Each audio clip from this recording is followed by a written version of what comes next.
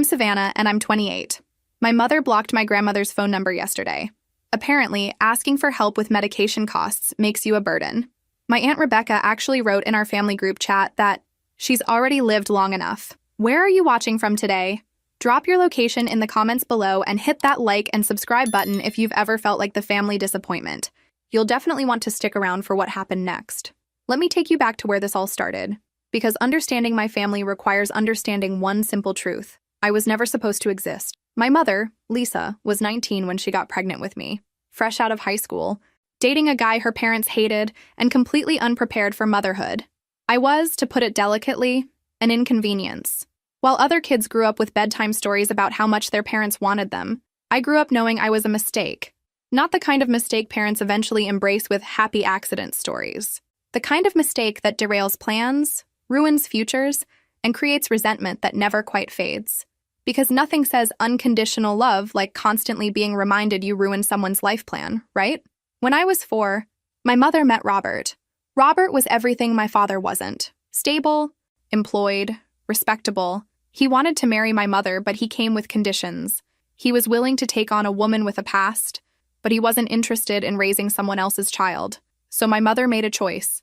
She chose her future over her daughter. Shocking, I know. I remember the day she packed my little pink suitcase. She told me I was going to stay with Grandma Rose for a little while, just until things got settled. That little while turned into forever.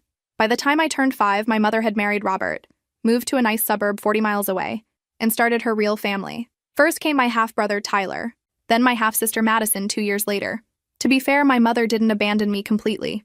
She visited sometimes, usually around holidays or birthdays, bringing expensive gifts that felt more like guilt payments than expressions of love. She'd take photos of us together, evidence for her friends that she was still a good mother to her firstborn. But then she'd leave again, returning to her picture-perfect family where I didn't fit. Must be nice to have a family you can just visit when it's convenient. My grandmother, Rose, became everything to me. She was 53 when I moved in permanently, a widow who had been looking forward to enjoying her independence. Instead, she got a traumatized 4-year-old who had nightmares about being left behind. Talk about drawing the short straw. But here's the thing about Grandma Rose. She never made me feel like a burden. When I asked why Mommy didn't want me anymore, she sat me down in her kitchen, made us both hot chocolate, and said, "Sometimes people make choices that don't make sense to the rest of us, sweetheart, but you're exactly where you're supposed to be." She worked double shifts at the local diner to afford things like dance classes and school supplies. When other kids had parents at school events, Grandma Rose was there in her waitress uniform, clapping louder than anyone else. She helped me with homework, even though she'd only finished 8th grade herself, and she read to me every single night until I was old enough to be embarrassed by it. The rest of my mother's family treated me like a reminder of her poor judgment. They were polite enough, but there was always an underlying message: you don't really belong here. At family gatherings, I was the kid who sat at the children's table long past the age when my cousins had graduated to the adult table. I was the one they forgot to include in group photos, the afterthought when planning family vacations, because nothing builds self-esteem like being consistently treated as an optional family member.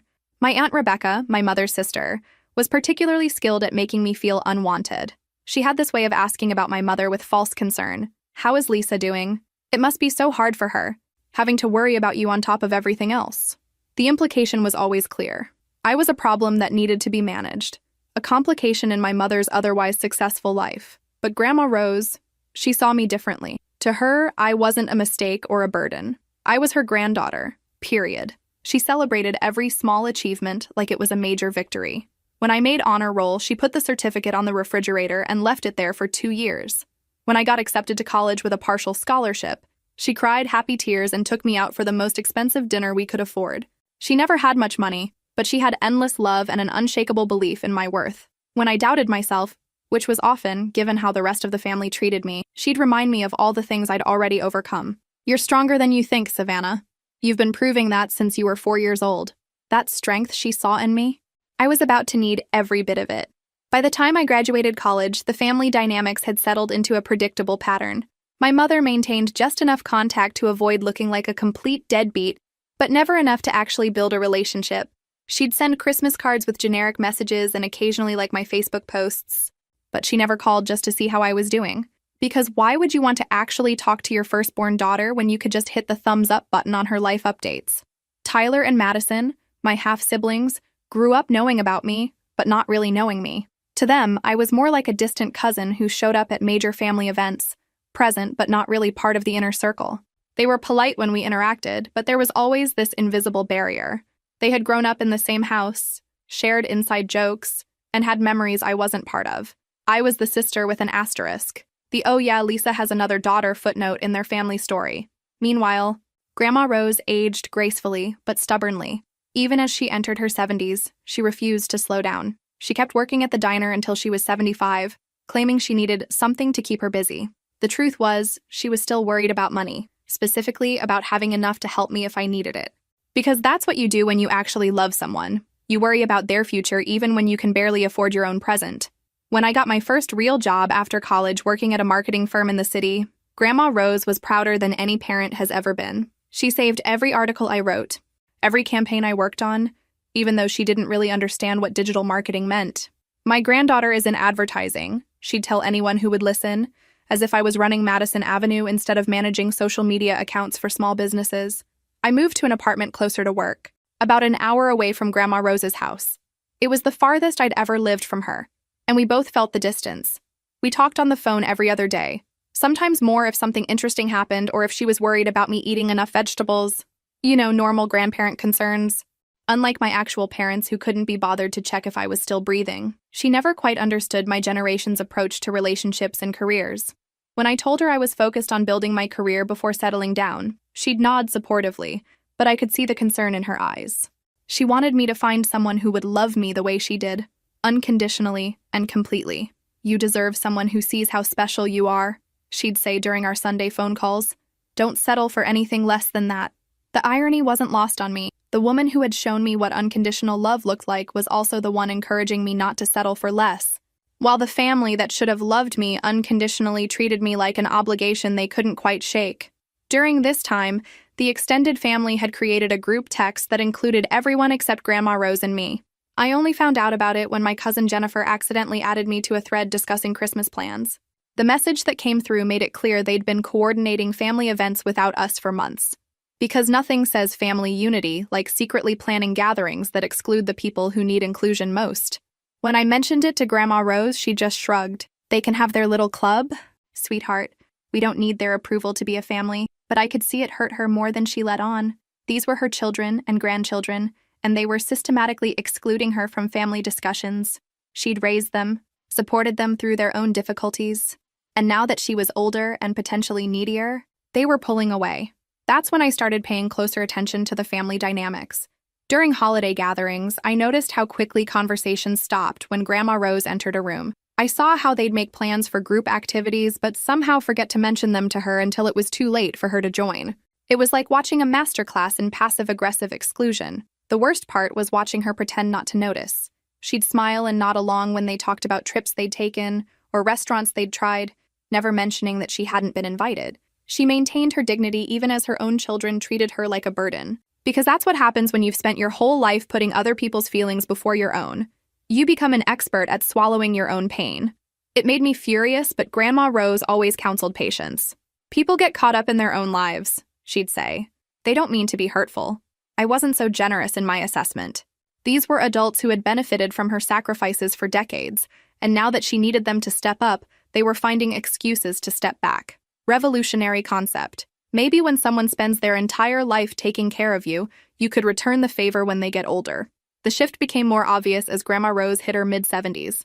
Her arthritis made it harder for her to drive long distances, so she attended fewer family gatherings. Instead of offering to pick her up or planning events closer to her home, the family simply stopped expecting her to attend. When she mentioned this to my Aunt Rebecca, the response was telling. "Mom, you know how busy everyone is. It's just easier this way." Easier for whom? Certainly not for the woman who had spent decades making things easier for everyone else. I started visiting Grandma Rose more frequently, driving out to her house every weekend instead of every other week. We'd cook together, watch her favorite game shows, and work in her garden. She was slower than she used to be, but her mind was sharp as ever, and her sense of humor hadn't dimmed at all.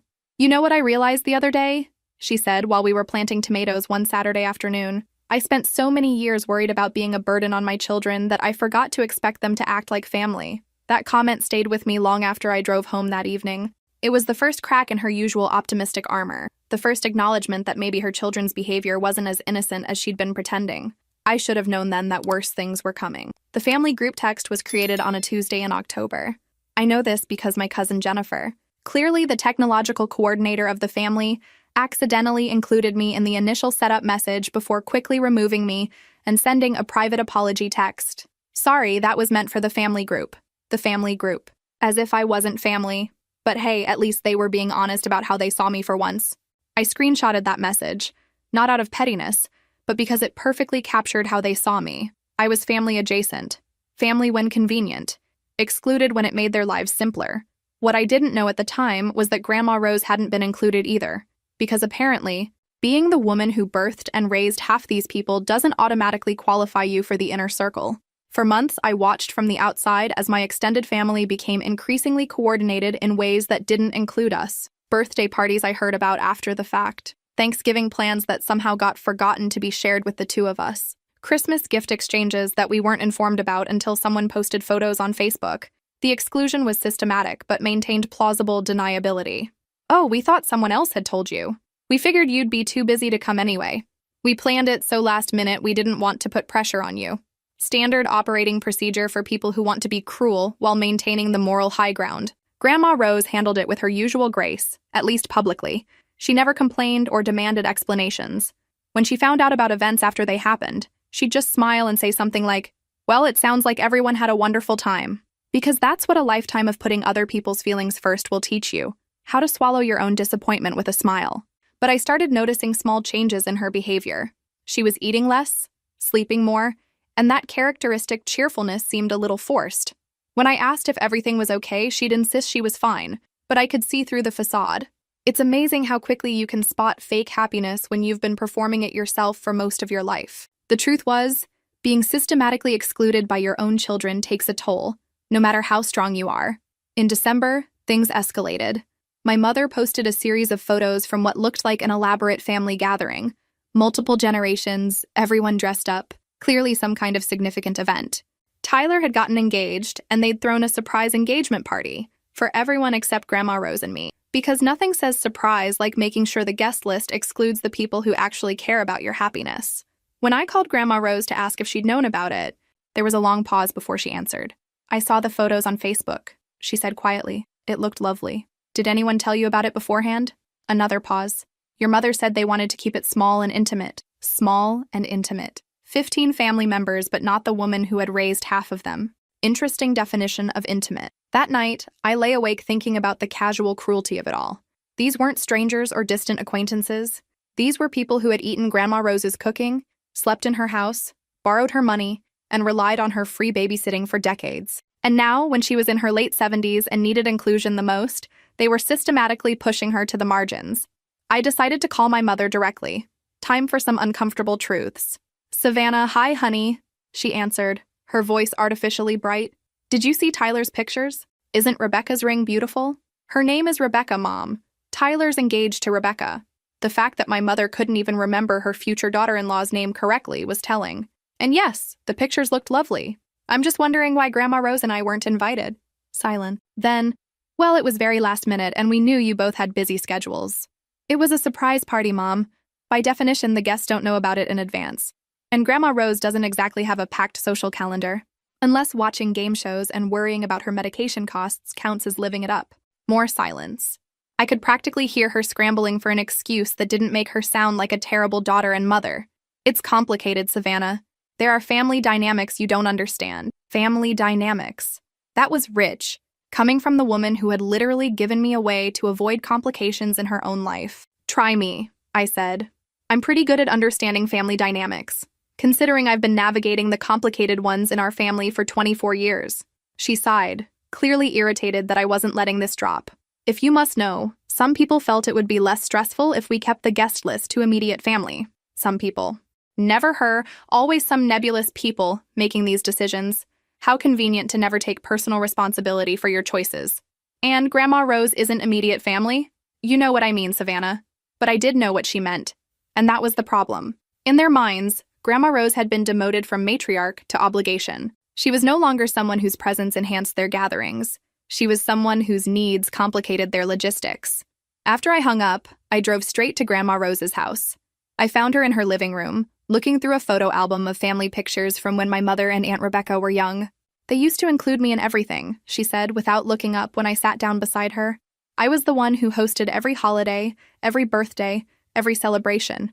Now I find out about them on social media like a stranger." It was the most honest thing she'd said about the situation, and hearing the hurt in her voice made my chest tight with anger. "They don't deserve you," I said. She looked up then, her eyes watery, but her voice steady. "They're still my children, Savannah. I don't know how to stop loving them, even when they act like I'm invisible." That's when I realized just how deep this rejection went. It wasn't just about missed parties or forgotten invitations. They were erasing her from their lives while she was still alive, treating her like she was already gone. I had no idea how much worse it was about to get.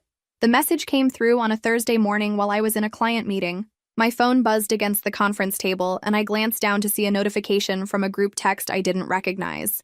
When the meeting ended, I checked my phone properly. I had been added to the family group text. Finally. But as I read through the message history, my excitement quickly turned to confusion, then horror.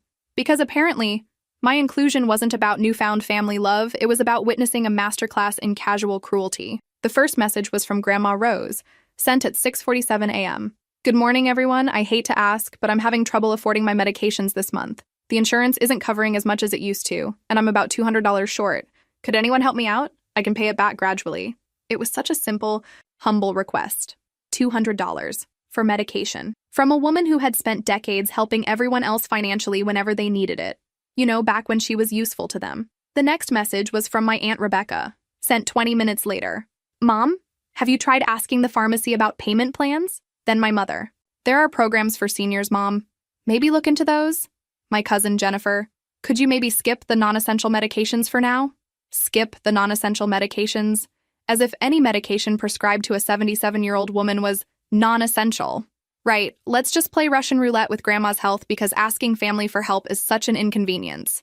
I kept reading, feeling sicker with each message, person after person offering advice, suggestions, anything except actual help.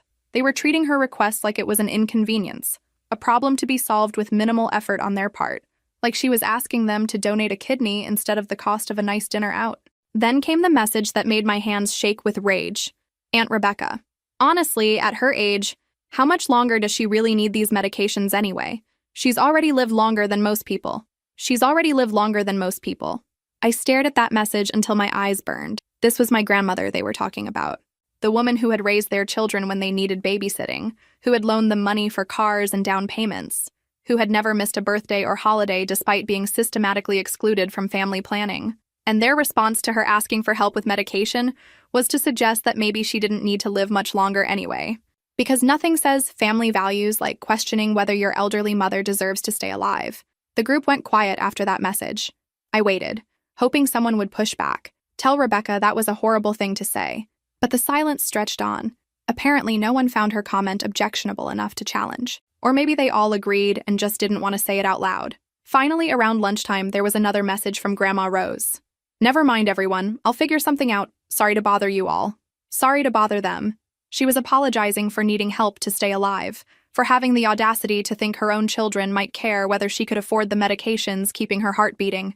I screenshotted every single message in that thread before responding. When dealing with people this callous, documentation is important. Plus, I had a feeling these messages might come in handy later. My message was simple. "Grandma Rose, don't worry about it. I'll take care of the medication costs. Can you call me this evening?" The response was immediate. Suddenly, everyone had opinions. Amazing how quickly they developed voices when someone else was stepping up to do what they wouldn't. Rebecca. "Savannah, you don't need to do that. Mom can handle her own expenses." Mom. "Sweetie, we were just trying to help her find sustainable solutions." Jennifer. "She's probably exaggerating how much she needs anyway." The backpedaling was almost as disgusting as the original messages. Now that someone was actually offering to help, they wanted to minimize the problem and make it seem like I was overreacting, because heaven forbid they look like the heartless children they actually were. I typed and deleted several responses, each one more scathing than the last. Finally, I settled on something that would make my position crystal clear without giving them ammunition to use against me later. I'm happy to help my grandmother with whatever she needs.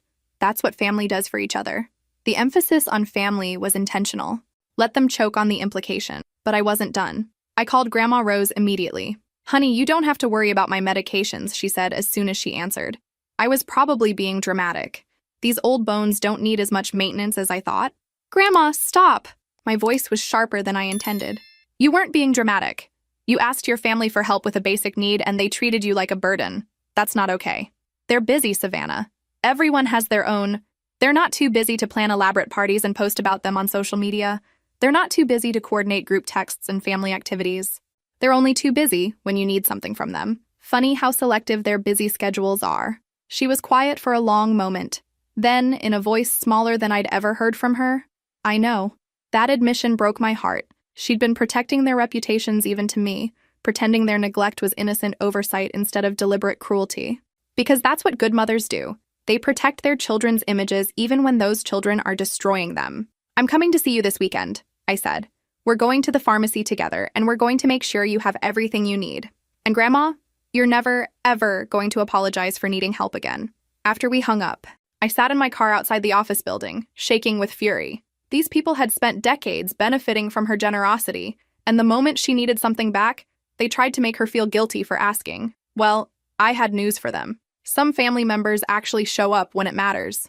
I just had no idea how much this simple act of decency was about to change everything. That weekend, I drove to Grandma Rose's house with a car full of groceries and a head full of anger I was trying to keep under control. She deserved my support, not my rage, even though the rage was entirely on her behalf. I found her in her kitchen, making tea with hands that shook slightly, whether from age or emotion. I couldn't tell. "You didn't have to come all this way," she said, but her relief at seeing me was obvious. "Yes, I did. I started unpacking groceries, including several bags from the pharmacy. I picked up your medications, all of them, for the next 3 months." Her eyes filled with tears. "Savannah, that's too much. I can't let you." "You can and you will." I sat down across from her at the small kitchen table where she'd helped me with homework for years. "Grandma, can I ask you something honestly?" She nodded. "How long has it been since any of them actually helped you with anything?" She thought for a moment, stirring her tea absently. "Your mother brought me a casserole when I had that cold last winter." "A casserole? When you were sick? What about anything significant?" Because apparently one casserole is supposed to make up for a lifetime of taking care of everyone else. Another long pause. "I suppose it's been a while since they've needed to help me with much. Because you've been handling everything yourself, haven't you? Even when it was getting harder." She didn't answer, but the truth was written all over her face. She'd been struggling financially for months, maybe longer, trying to maintain her independence while her own children patted themselves on the back for their busy lives. "Can I see that group text again?" I asked gently. Reluctantly, she showed me her phone. I read through the messages again, my anger building with each dismissive response. But it was the message I'd missed that really got to me, the one that came after Aunt Rebecca's comment about Grandma Rose having lived long enough. My cousin Derek, Rebecca's son, had written, "Maybe it's time to start thinking about other options for Grandma. Assisted living places handle all this medication stuff. Other options." They weren't just dismissing her current needs. They were already planning to ship her off to a facility so they wouldn't have to deal with her aging at all.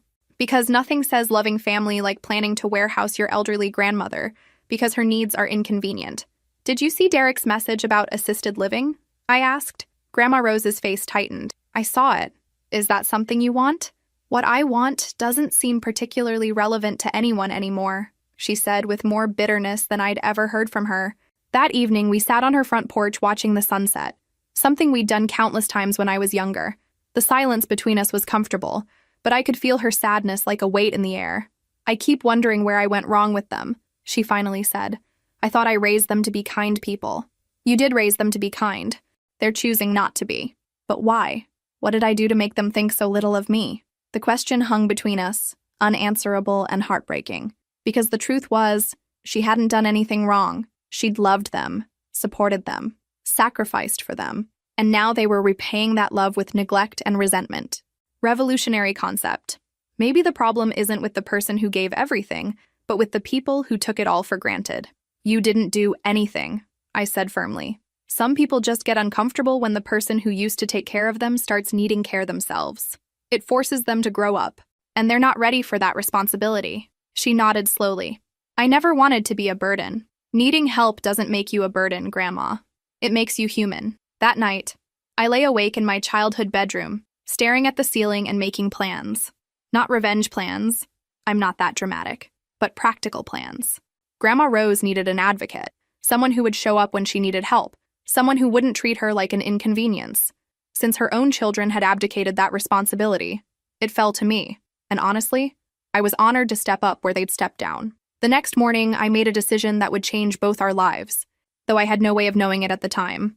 I'm going to start coming here every weekend, I announced over breakfast, and I'm going to set up automatic payments for your medications, utilities, and groceries. Consider it a family support system. Honey, you can't afford to take care of both of us. You have your own life to build. My life includes you, Grandma. It always has. Because that's how real family works. You don't abandon people when they need you most. She cried then, quietly but steadily, and I knew they were tears of relief as much as gratitude. 3 days later, my phone rang. It was my mother, and her tone was decidedly cold. Savannah, we need to talk about this situation with your grandmother. What situation would that be, Mom?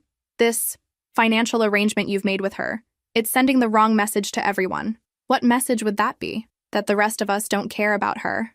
I couldn't help myself. I laughed. Mom, the rest of you don't care about her. You literally suggested she might not need her medications because she's lived long enough. That's not what Rebecca meant, and you know it. Then what did she mean? Because I'm genuinely curious how else you interpret suggesting someone's lived long enough when they ask for help staying alive. Silence.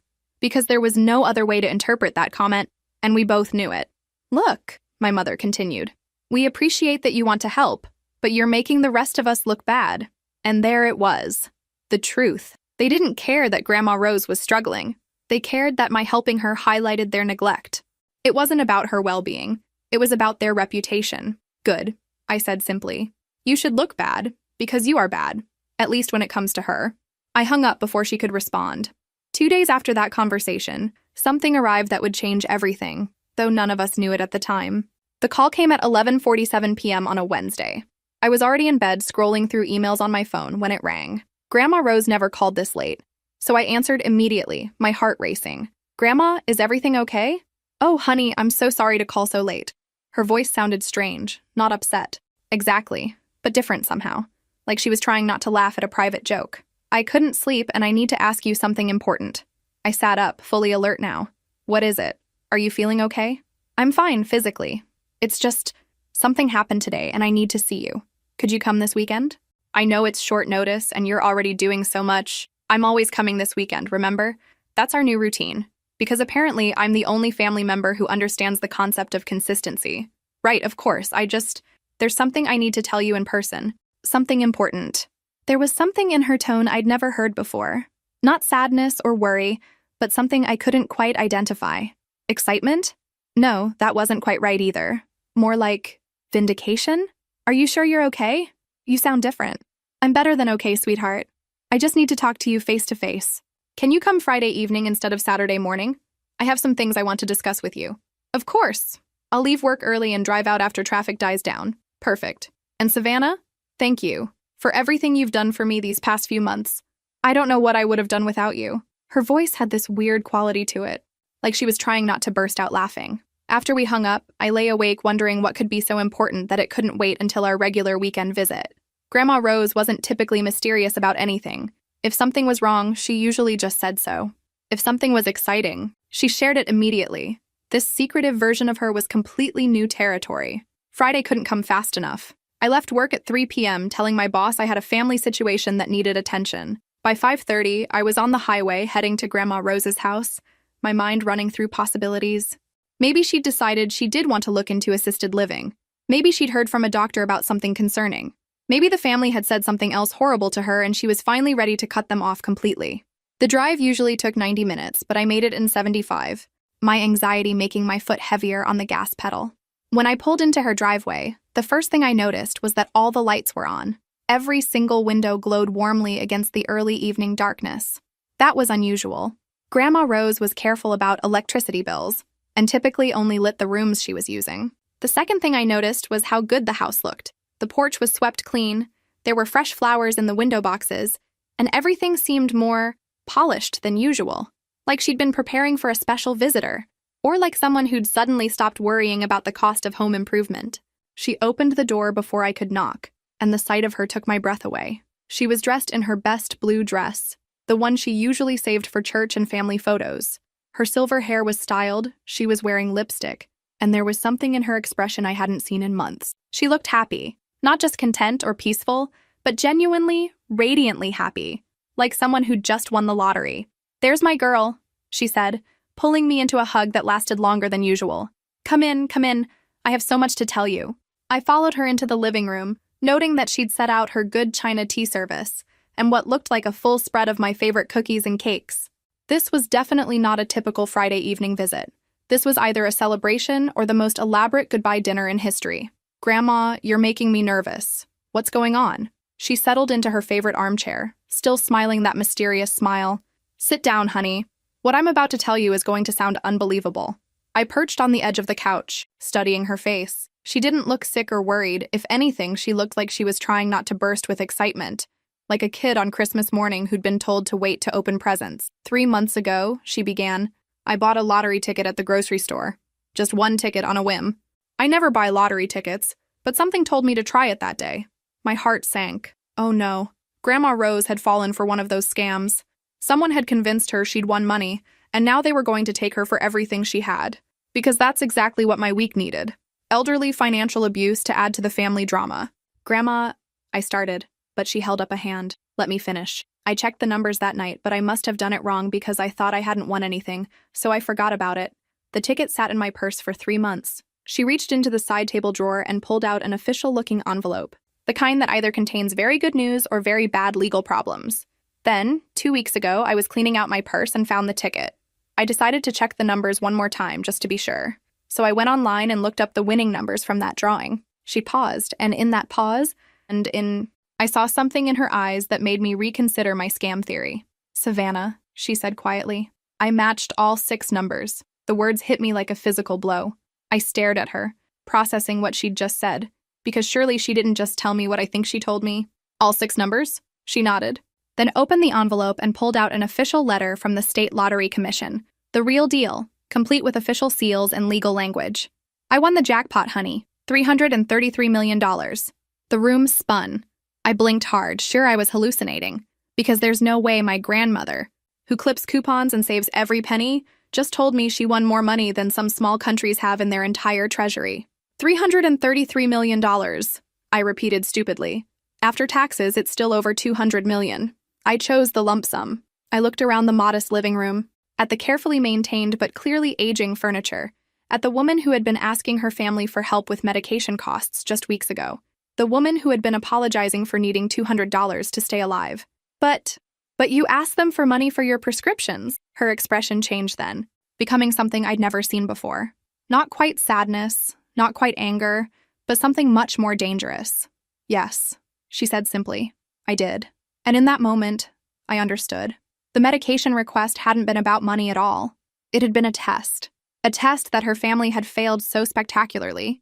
It would have been funny if it weren't so heartbreaking. The silence stretched between us as I stared at the Lottery Commission letter, the official seal looking impossibly real under her living room lamp. $333 million. The number was so large it felt fictional, like something from a movie about people whose problems I could never understand.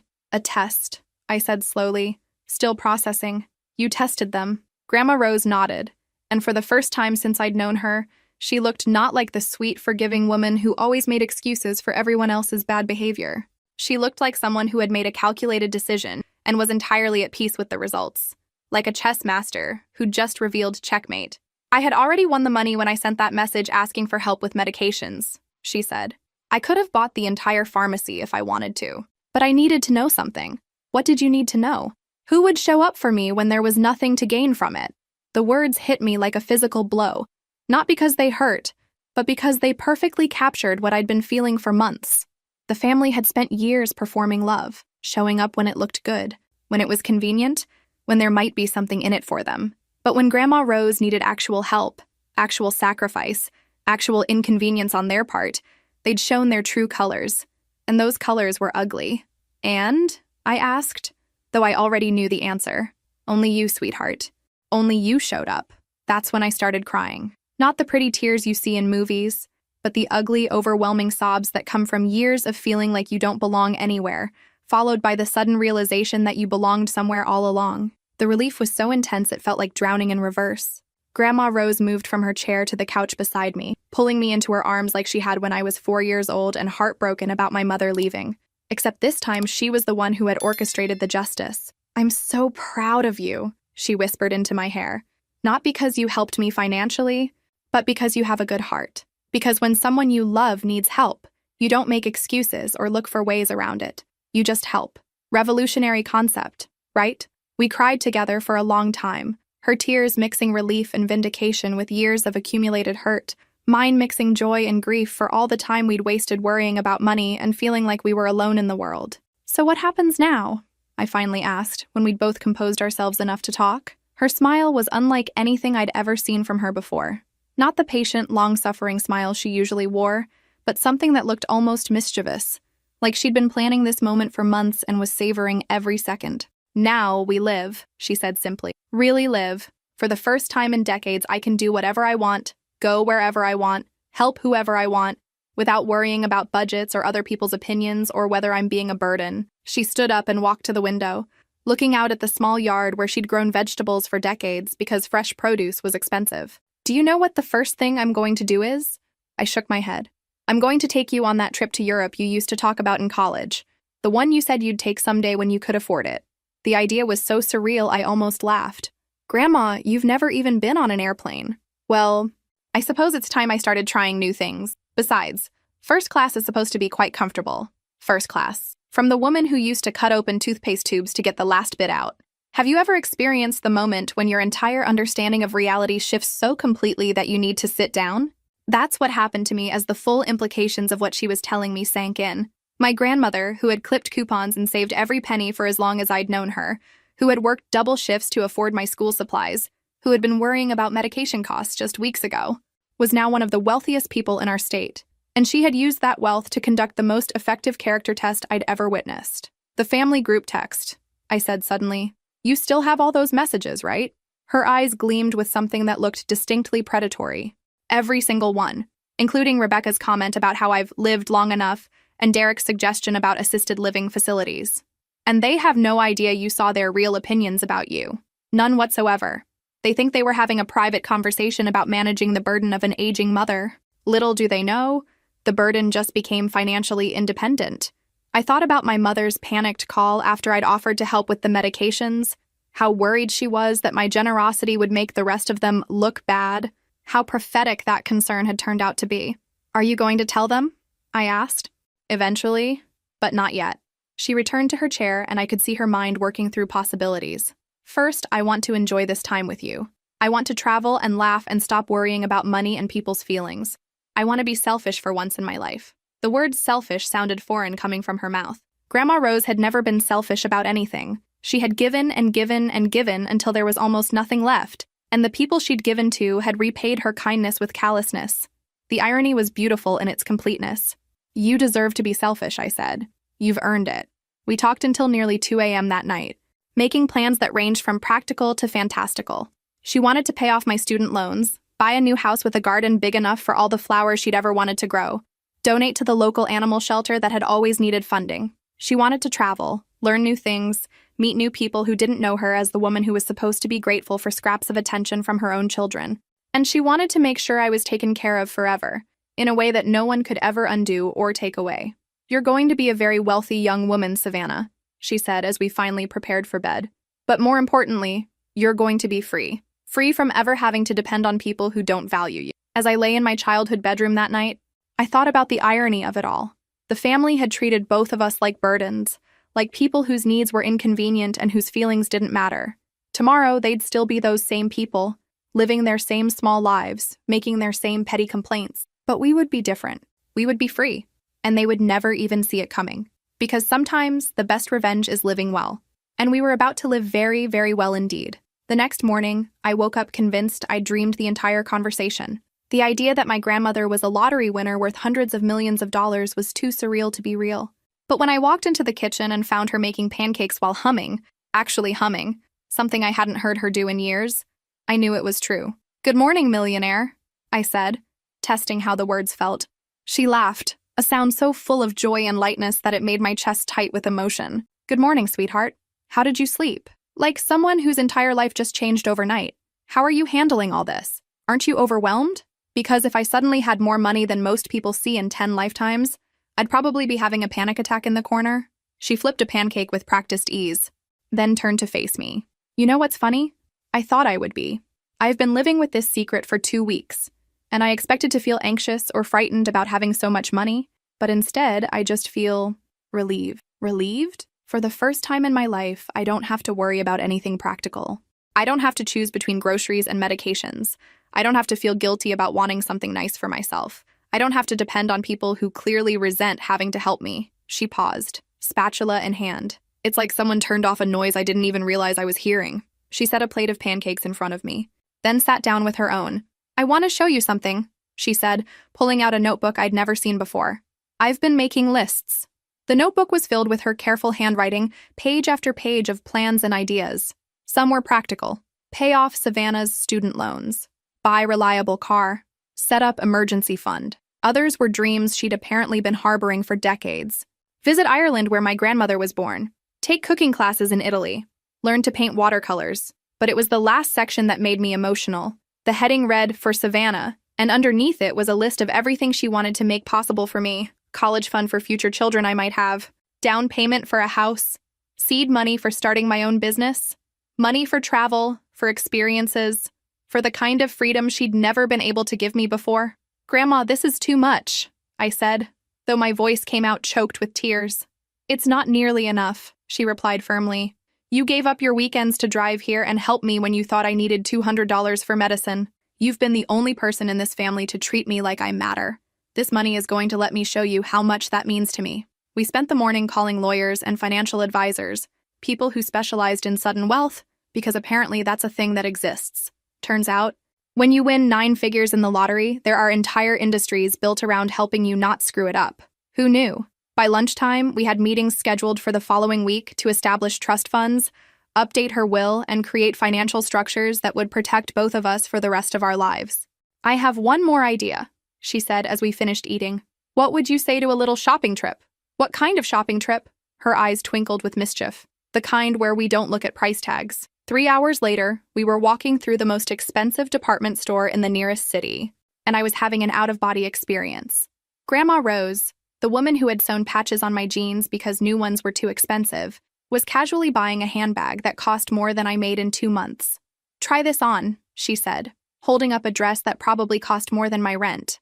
"Grandma, I can't." "You can and you will. We're celebrating." Her tone brooked no argument. The saleswoman clearly thought we were wasting her time until Grandma Rose handed over a black credit card I hadn't known she possessed. Then her attitude shifted so dramatically it would have been funny if it weren't so predictable. Suddenly, we were valued customers who deserved personal attention and complimentary champagne. "People are interesting, aren't they?" Grandma Rose murmured as the saleswoman bustled around us with newfound enthusiasm. "Amazing how much more charming you become when they realize you have money." By evening, we were exhausted but exhilarated. The car was full of shopping bags containing clothes, jewelry, and gifts for no reason other than because we could afford them. We stopped at the fanciest restaurant in town and ordered whatever sounded good without calculating the cost. The freedom was intoxicating.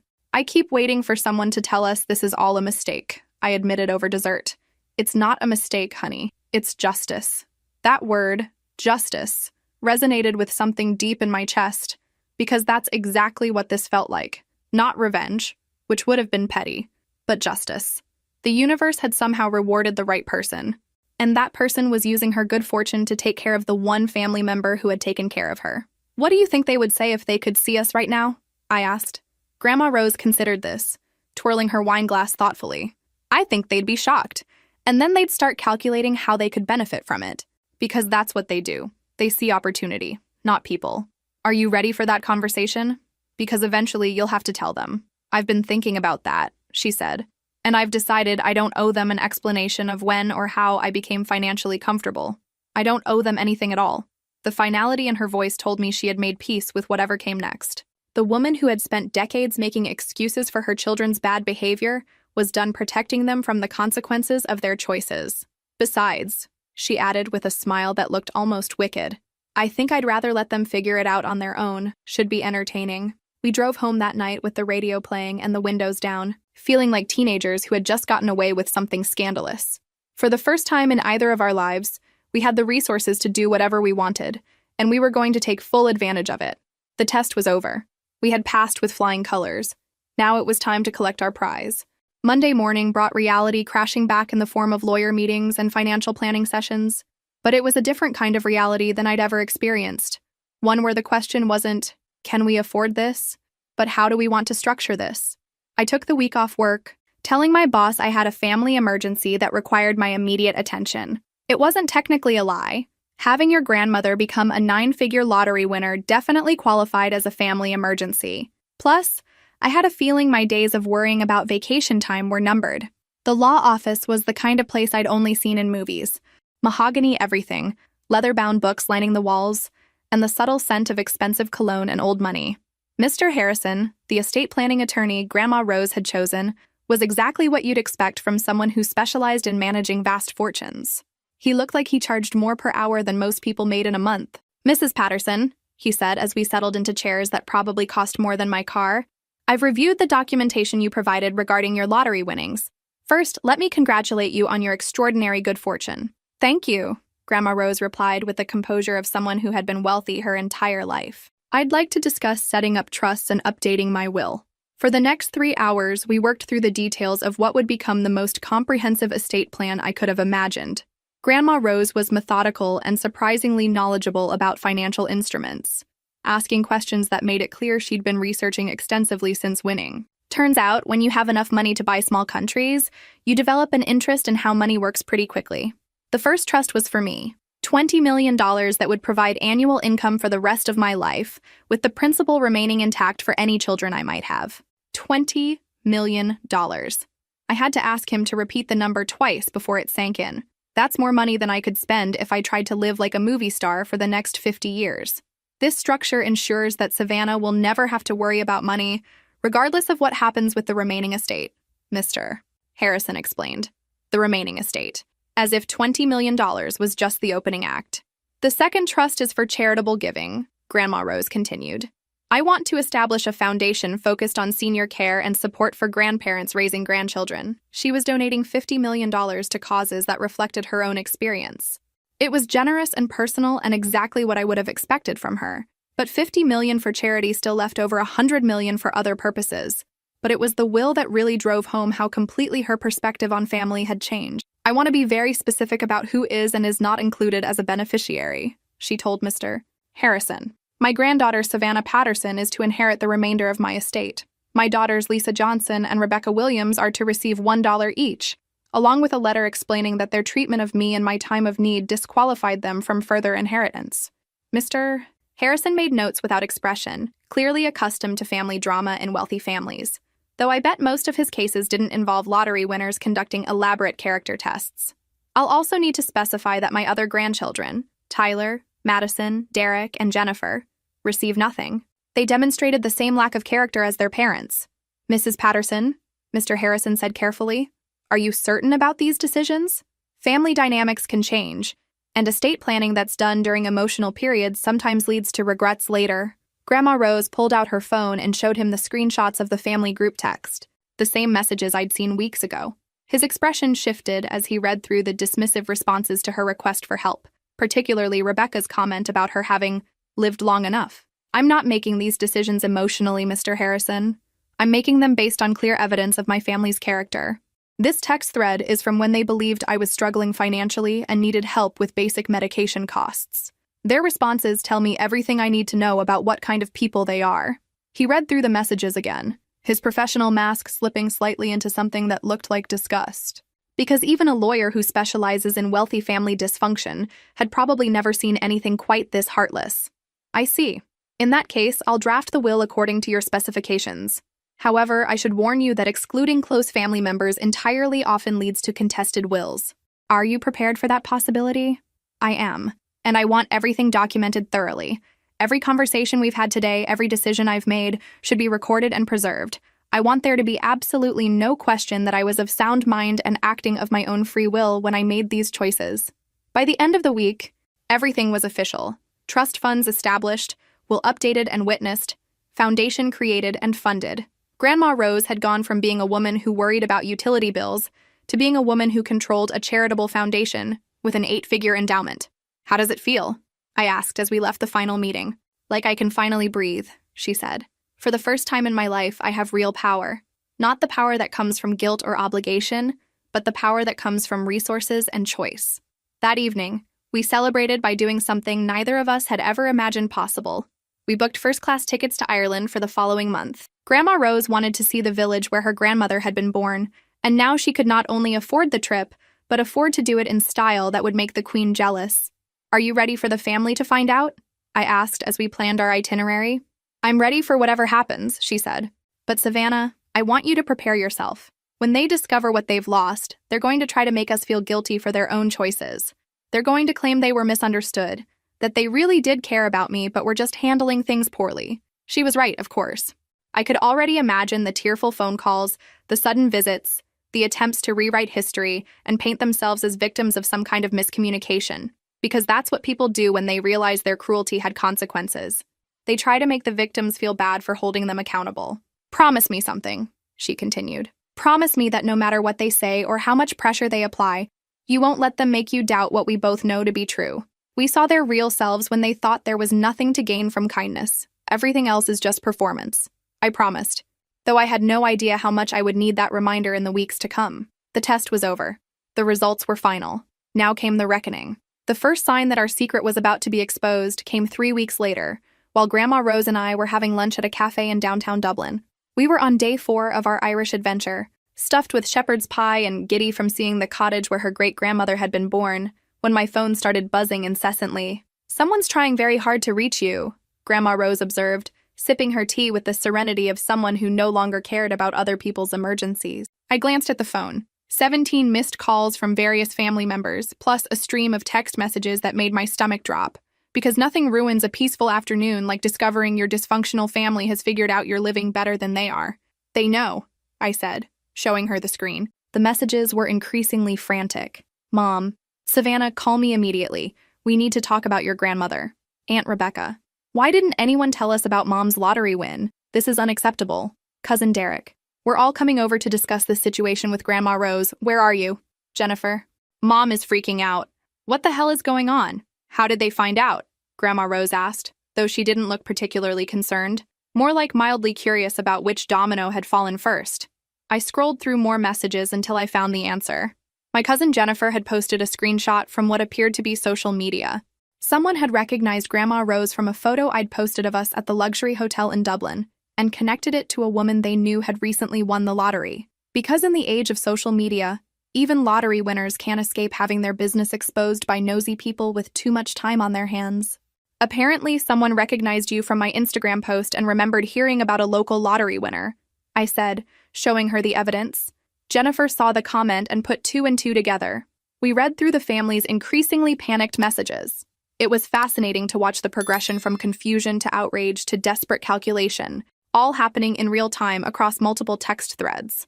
"Well," Grandma Rose said mildly, "I suppose that settles the question of when to tell them." My phone rang. Mom's name appeared on the screen. "Should I answer it?" I asked. "Might as well.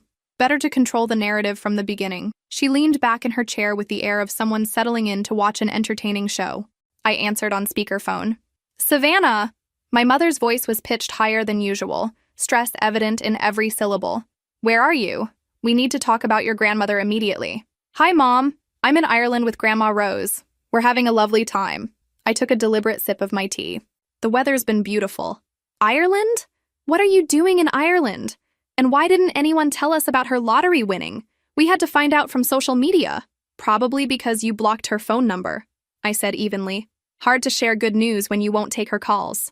Silence. "Then, that's not the point. The point is this affects the whole family and we should have been informed." "Affects the family how, exactly?" Because I was genuinely curious about their logic here. "Well, obviously there are decisions to be made about how to handle this much money. Financial planning, tax implications, making sure she doesn't get taken advantage of by scammers." The sudden concern for Grandma Rose's welfare was so transparently self-serving that I almost laughed. 3 weeks ago, these same people had suggested she didn't need her medications because she'd lived long enough. Now they were suddenly worried about her being taken advantage of. The irony was beautiful. Mom, she's already handled all the financial planning and tax implications. She's been working with some of the best lawyers and advisors in the state, and spending more on legal fees than you make in a year. But who's counting? She has? Since when does she know about that kind of thing? Since she became worth more than the GDP of small countries. I thought, amazing how quickly people develop financial sophistication when they have something significant to manage. She's been educating herself with professional help. It turns out she's quite capable of making her own decisions. Look, my mother continued, we're all coming over to her house this evening to discuss the situation as a family. You need to fly back immediately. Actually, no. We'll be in Ireland for another week. You'll have to discuss it without us. The thought of them gathered around her empty house, planning their intervention, was almost too perfect. Savannah, this is not a request. This is a family emergency. Funny, I said. But when Grandma Rose had an actual emergency and needed help with medication costs, you didn't seem to think it warranted much family concern. Grandma Rose nodded approvingly from across the table. More silence. I could practically hear her scrambling for a response that didn't make her sound like the callous daughter we all knew she was. That was different, she finally said. That was just a temporary cash flow issue. This is life-changing money. You're absolutely right, Mom. This is life-changing money. The question is, whose life is it going to change? After I hung up, Grandma Rose and I sat in companionable silence, watching tourists take photos of the ancient castle across from our cafe. Are you ready for what comes next? She asked. I thought about the family members who were probably gathering at her empty house right now, full of righteous indignation about being left out of financial decisions they'd never had any right to be part of in the first place. I'm ready, I said. But are you? This is going to get ugly. She smiled, and there was something almost predatory about it, like a chess player who'd been waiting 20 moves for this exact moment. Sweetheart, it's already been ugly. They made it ugly when they dismissed me as a burden and suggested I might not need to live much longer. Now they're going to learn that ugliness has consequences. My phone buzzed with another text from Rebecca. We know you're influencing her decisions. This needs to stop.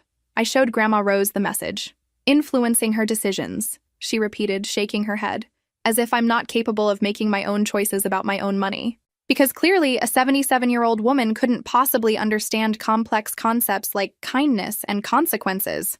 What do you want to do? She considered for a moment, then pulled out her own phone. I think it's time for one final test, she said, opening her contacts. Let's see how they react when they realize exactly how much they've lost. She began composing a group text message, her fingers moving with deliberate precision. I understand you're all concerned about my lottery win. Please know that I've made careful, well-considered decisions about my estate planning. Savannah and I are in Ireland celebrating, and we'll be happy to discuss everything when we return. In the meantime, you might want to reflect on how your response to my request for help with medication costs influenced my thinking about family and inheritance. She hit send, then put her phone away. Now we wait, she said. The response was immediate and explosive. My phone lit up like a Christmas tree with panicked calls and increasingly desperate text messages. But we were 5,000 miles away, sipping tea in a country where none of them could reach us, finally free to enjoy ourselves without their drama and demands. For the first time in our lives, we held all the cards, and we were going to take our time deciding how to play them. The messages that flooded our phones over the next 3 days would have been hilarious if they weren't so pathetically predictable. The family had gone through what appeared to be the 5 stages of grief at warp speed, landing squarely on bargaining with a healthy side of desperation. Rebecca. Mom, I think there's been a misunderstanding about our conversation regarding your medications. We were just trying to help you explore all your options. Mom. Sweetheart, you know how much we all love and respect you. Money shouldn't change family relationships. Derek. Grandma Rose, I never said anything about assisted living. I was just asking if you needed help researching senior services in case you ever wanted them. It was coming from a place of love. Jennifer. I think someone might be twisting our words and making us sound terrible. Can we please all sit down and clear the air? Each message was a masterpiece of revisionist history, attempting to reframe their callousness as concern and their neglect as loving support. It was like watching a group of people try to convince you that up was down and black was white. Except they were too panicked to be convincing. They think we're idiots, I said, scrolling through the latest batch while we waited for our flight to London. We decided to extend our trip, adding a few days in England before returning home to face the family circus. They think we're the same people we were a month ago, Grandma Rose corrected. People who would accept their excuses and make allowances for their behavior because we were afraid of being alone. She was right. The family's entire strategy was based on the assumption that we still needed their approval, that we were still the grandmother and granddaughter who would endure their indifference rather than risk complete rejection.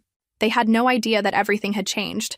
We weren't afraid of being alone anymore, because we had each other and the resources to build whatever kind of life we wanted. "Look at this one," I said, reading from my phone. "Tyler says he's devastated that there's been miscommunication in the family and wants to rebuild our relationships on a foundation of honesty and love." The hypocrisy was so thick you could cut it with a knife. "Honesty and love," Grandma Rose repeated. Where was the honesty when he participated in group planning that excluded us? Where was the love when he laughed along with jokes about my age and health? The messages had evolved from confused to panicked, to angry to pleading over the course of 72 hours. It was fascinating to watch people who had felt so comfortable dismissing us suddenly realize that their financial futures might have been tied to our goodwill. The transformation from casual cruelty to desperate niceness was almost artistic in its completeness. Mom's latest message was particularly desperate. "Savannah, I know I haven't been the perfect mother, but I've always loved you. Please don't let money come between our family. We can work through this if we just talk." "She wants to work through this," I said, showing Grandma Rose the message. "I'm sure she does. Now that there's something significant at stake." Grandma Rose's voice was dry as dust. Funny how quickly family love resurfaces when there's a fortune involved. The London leg of our trip was pure magic. We stayed at Claridge's, saw 3 West End shows, and took a private tour of Windsor Castle. Every morning brought fresh messages from family members who were clearly spiraling as they realized we weren't rushing home to soothe their feelings and fix their relationships. The desperation was palpable, even through text, but it was the message that came on our last day in London that really drove home how completely they had misunderstood the situation. Rebecca sent a long text that must have taken her an hour to compose. "Mom, I've been doing a lot of thinking about our family dynamics, and I realize that maybe we haven't been as attentive as we should have been. I know you must feel hurt and overlooked, and I'm truly sorry for my part in that. When you get home, I'd love to sit down and talk about how we can all do better going forward. I've already started researching care services that might help you with daily tasks, and Derek and I would be happy to take turns checking on you more regularly. We're family, and family takes care of each other. I hope you can forgive us for not seeing that clearly before." I read the message aloud to Grandma Rose as we packed our suitcases. "Care services," she repeated when I finished. "Daily tasks, checking on me more regularly. They still think you're a burden to be managed," I realized. Even now, knowing you have hundreds of millions of dollars, they're offering to manage your decline rather than actually include you in their lives. The audacity was breathtaking, because that's how they see older people, sweetheart. As problems to be solved, not as human beings with their own agency and desires. She folded her designer clothes carefully, each item probably worth more than Rebecca's monthly salary. They can't conceive of me as someone with power and choices. To them, I'm still the elderly woman who needs their charity. The flight home gave us 12 hours to prepare for what was waiting. We knew the family would be gathered at Grandma Rose's house, probably planning some kind of intervention or emotional ambush designed to restore their access to the inheritance they'd lost. "Are you nervous?" I asked as our plane began its descent. "Not nervous. Curious. I want to see if they've learned anything from this experience, or if they're just going to double down on their entitlement." She looked out the window at the city lights below. "My money's on entitlement." Based on the text messages, I suspected we already knew the answer to that question. We took a taxi straight from the airport to Grandma Rose's house, arriving at 7 in the evening to find 4 cars in the driveway. Through the front windows, we could see figures moving around inside. The family had made themselves at home in her absence, because nothing says respect for boundaries like breaking into someone's house to plan your financial intervention. "They've been waiting for us," Grandma Rose observed with amusement. "How nice of them to finally take an interest in spending time at my house." As we approached the front door, I could hear voices inside, multiple conversations happening at once, the sound of people who had been waiting too long and were running out of patience. Grandma Rose paused with her key in the lock. "Whatever happens in there, remember what we learned in Ireland," she said. "We're not the same people who left here 3 weeks ago. We don't owe them explanations or apologies. We owe them exactly what they gave us when we needed them. Nothing." She turned the key and pushed open the door. "Hello, everyone," she called out cheerfully. "We're home." The conversation stopped instantly. From the living room came the sound of chairs scraping and footsteps hurrying toward the foyer. They had come to collect their inheritance. They were about to learn there was nothing left to collect. The sight that greeted us in the living room would have been comical if it weren't so perfectly representative of everything wrong with our family dynamics. They had arranged themselves like a tribunal, Mom and Rebecca on the couch, Derek and Jennifer in the armchairs, Tyler and Madison standing behind them like reinforcements. The coffee table was covered with papers, printouts about financial planning, estate law, and what looked like research about lottery winnings. They had prepared for battle. Too bad they'd brought water guns to a nuclear war. "There you are," Rebecca said, standing up with the air of someone who had been deeply inconvenienced. "We've been waiting for hours." "We weren't expecting a welcoming committee," Grandma Rose replied mildly, settling into her favorite chair with the composure of someone entering her own living room. Which, let's be honest, she was. "To what do we owe this gathering?"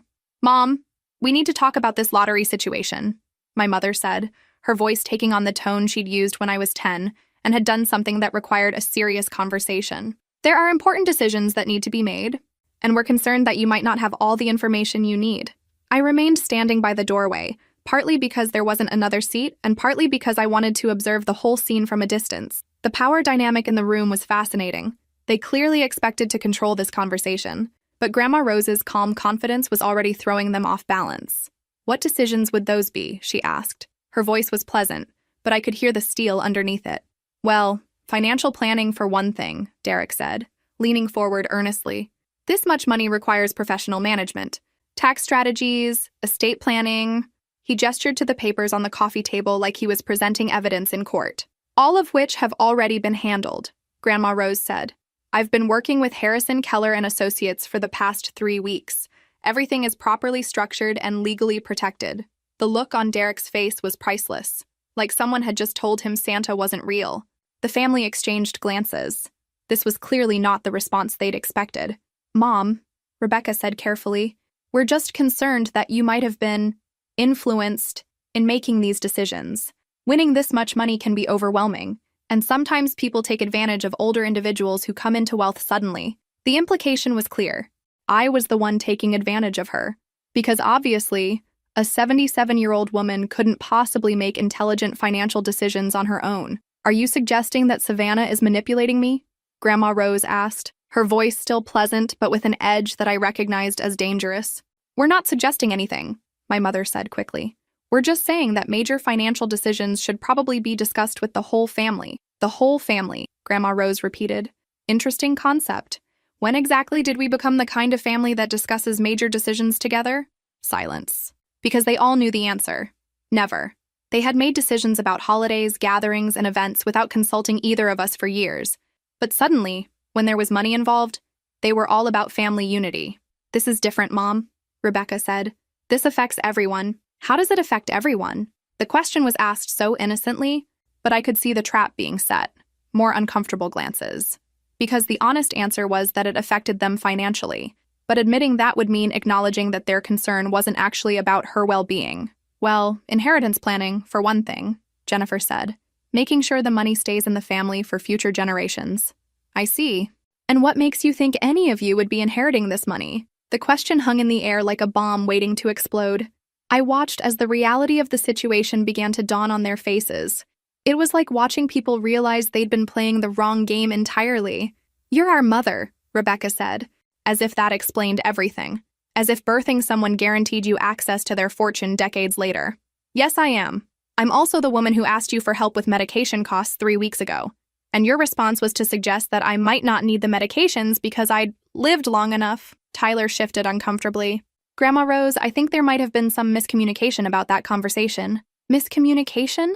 She pulled out her phone and began reading from the saved text messages. "Rebecca Williams. Honestly, at her age, how much longer does she really need these medications anyway? She's already lived longer than most people." Rebecca's face went white. "That's not—" "I didn't mean it like that." "How did you mean it then?" "Because it seems fairly clear to me. I was trying to say that maybe the medications weren't as essential as you thought."